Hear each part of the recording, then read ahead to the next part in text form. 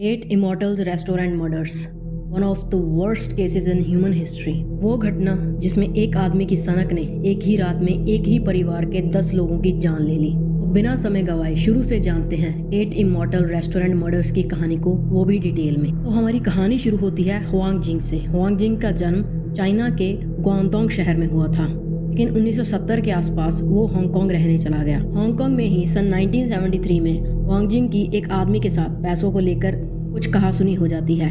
Huang जिंग को उस आदमी से कुछ पैसे लेने थे, लेकिन वो आदमी उसके पैसे ही नहीं दे रहा था। इसीलिए उसने उस आदमी की हत्या कर दी और उसकी हत्या करने के बाद वो हांगकांग से भागकर चाइना वापस आ गया। यहाँ चाइना के ग्वांगजो में रहते हुए उसे अपने लैंडलॉर्ड की ही बेटी से प्यार हो गया और उसने उससे शादी कर ली। हालांकि लैंडलॉर्ड और उसका पूरा परिवार इस शादी के बेहद खिलाफ था, लेकिन फिर भी उन्होंने भागकर शादी कर ली। शादी के बाद भागकर वो मकाओ आ गया, लेकिन यहाँ आने से पहले उसने अपनी उंगलियों को जला लिया था ताकि उसके फिंगरप्रिंट्स जो हैं वो ख़राब हो जाएं और वो कभी भी वो कत्ल जो उसने किया था कभी उसके लिए पकड़ा ना जाए, क्योंकि उस केस की इन्वेस्टिगेशन अभी भी चल रही थी। यही मकाओ में रहते हुए उसकी दोस्ती एक लिन नाम के आदमी से हो जाती है और वो दोनों साथ में जुआ खेलने लगते हैं। लिन का पूरा नाम जुआंग लिन था। लिन पहले एक ठेला लगाया करता था, लेकिन बाद में उसने काफ़ी पैसे जमा करके एक रेस्टोरेंट खोल लिया था जिसका नाम उसने 8 इमॉर्टल रेस्टोरेंट्स रखा था। वो अपनी पत्नी के साथ और परिवार के बाकी मेंबर के साथ मिलकर इस रेस्टोरेंट को चलाया करता था। लिन के ही साथ साथ उसकी पत्नी को भी जुआ खेलने की बहुत बुरी लत थी। साल 1984 में हुआंग और लिन बहुत ज़्यादा पैसे लगाकर जुआ खेलने लगते हैं और इसी बीच हुआंग जिन लिन से 1,80,000 चाइनीज वॉन जीत जाता है। अब इतना पैसा तो लिन और उसकी पत्नी के पास था नहीं, तो वो हुआंग जिन के साथ एक एग्रीमेंट कर लेते हैं कि अगर वो लोग 1 साल के अंदर अंदर उसका ये पैसा ना चुका पाए तो वो अपना रेस्टोरेंट उसके हवाले कर देंगे। और हुआंग जिन भी इस बात के लिए राज़ी हो जाता है। लेकिन 1 साल बीत जाता है, साल 1985 आ जाता है। पुराना पैसा लौटाना तो बहुत दूर की बात थी। लिन और उसकी बीवी ने और ज़्यादा पैसा हार दिया था जुए में हुआंग जिन को, और अब उनके सर पर 6 लाख चाइनीज वॉन का कर्ज हो चुका था जो कि उन्हें हुआंग जिन को लौटाना था। काफ़ी टाइम बीत गया था। हुआंग के बार बार पैसे मांगने पर भी वो लोग उसे कोई ना कोई बहाना दे देते थे।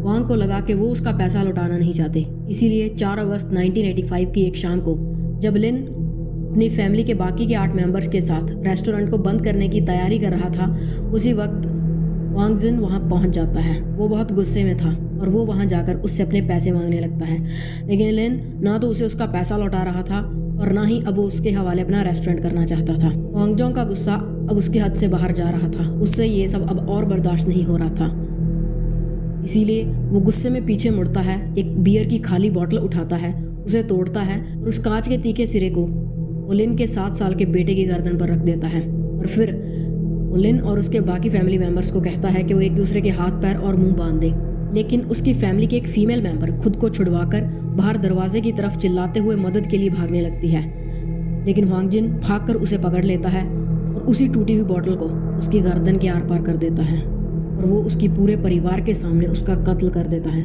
और फिर एक के बाद एक बाकी सभी लोगों को किसी का गला घोंटकर और किसी को उसी टूटी हुई बोतल की मदद से मौत के घाट उतार देता है। उन सबको मौत के घाट उतारने के बाद वो जब उनकी गिनती करता है तो उसे रियलाइज़ होता है कि उनमें से एक फैमिली मेंबर कम है जो कि उसी रेस्टोरेंट में काम करती थी, पर जुआंग को पता था कि वो कहाँ रहती है। वो वहाँ उसके घर पर जाता है और उसे किसी बहाने से रेस्टोरेंट ले आता है।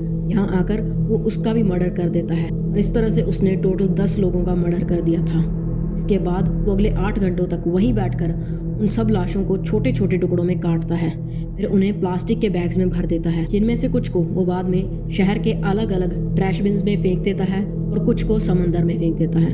लाशों को ठिकाने लगाने के बाद वो लिन की तिजोरी खोलता है जिसकी चाबी उसे लिन की लाश के जेब में मिली थी, और उसकी तिजोरी से वो कुछ पैसे और रेस्टोरेंट के कागजात निकाल लेता है और उस रात को वो लिन के ही घर जाकर सो जाता है। अगली सुबह एक डिलीवरी ट्रक आता है जो कि हर सुबह उस रेस्टोरेंट को सामान पहुंचाने का काम करता था, लेकिन वो देखता है कि रेस्टोरेंट के बाहर एक नोटिस लगा हुआ था जिस पर लिखा था कि ये रेस्टोरेंट अगले 3 दिन तक बंद रहेगा क्योंकि वो फैमिली कहीं बाहर गई है।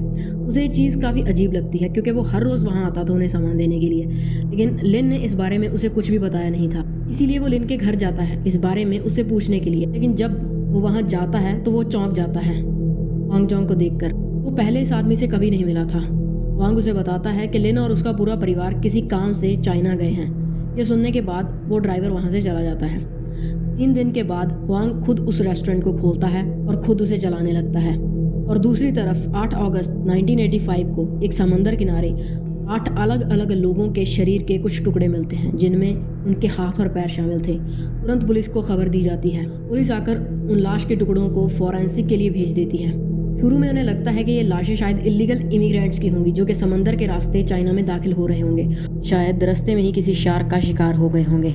लेकिन जैसे ही फॉरेंसिक की रिपोर्ट आती है तो ये चीज़ भी क्लियर हो जाती है कि ऐसी कोई बात नहीं थी, क्योंकि फॉरेंसिक रिपोर्ट में ये चीज़ साफ साफ लिखी गई थी कि इन टुकड़ों को किसी धारदार हथियार से काटा गया था।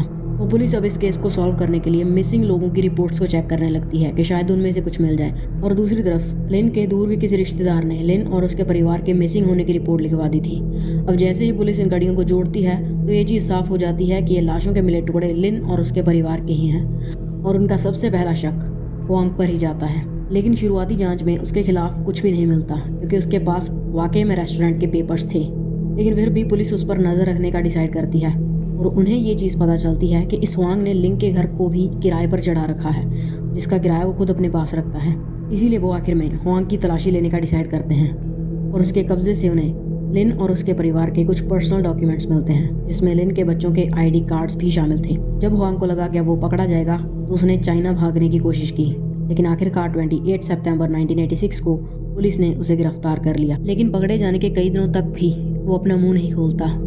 लेकिन आखिरकार 6 अक्टूबर 1986 को वो इन मर्डर्स को कन्फेस कर लेता है और इन मर्डर्स की डिटेल्स रिवील करता है। शुरू में पुलिस को लगा था कि इन सब के पीछे हुआंग के साथ कोई और भी उसका साथी मिला हुआ है, पर उन्हें ऐसा कोई सबूत नहीं मिला।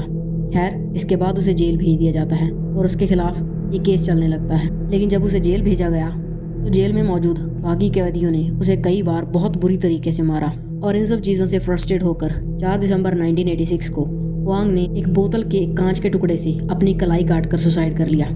लेकिन मरने से पहले वो एक सुसाइड नोट छोड़कर गया था, जिसमें उसने ये लिखा था कि मैं इसीलिए सुसाइड नहीं कर रहा हूँ क्योंकि मुझे अपने किए पर कुछ पछतावा है, बल्कि मैं इसलिए सुसाइड कर रहा हूँ क्योंकि मुझे अस्थमा की प्रॉब्लम है और ये चीज़ मेरी बर्दाश्त के बाहर है। और इस तरह उसकी मौत के बाद ये केस वही ख़त्म हो जाता है। लेकिन उसके मरने के कुछ टाइम बाद एक अफवाह फैली थी कि हुआंग उस रेस्टोरेंट पर जो पोर्क बन्स बेचता था उसमें वो इंसानी मांस डालकर लोगों को खिलाता था। और लोगों का दावा ये था, क्योंकि लिन और उसके परिवार के सिर्फ हाथ पैर ही मिले थे, उनके शरीर के बाकी हिस्से नहीं मिले थे, तो शायद उसने वाकई में उन्हीं के मांस को अपने कस्टमर्स का खाना बनाने के लिए यूज़ किया होगा। लेकिन अब इस बात में कितनी सच्चाई है ये तो भगवान जाने। ये केस इतना ग्रूसम था कि साल 1993 में इस केस पर एक मूवी भी बनी थी, द अनटोल्ड स्टोरी। अगर आप चाहें तो ये मूवी आप देख सकते हैं। तो ये था हमारा आज का केस। उम्मीद है आपको ये केस अच्छा लगा होगा। So please drop your comments and फिर मिलेंगे।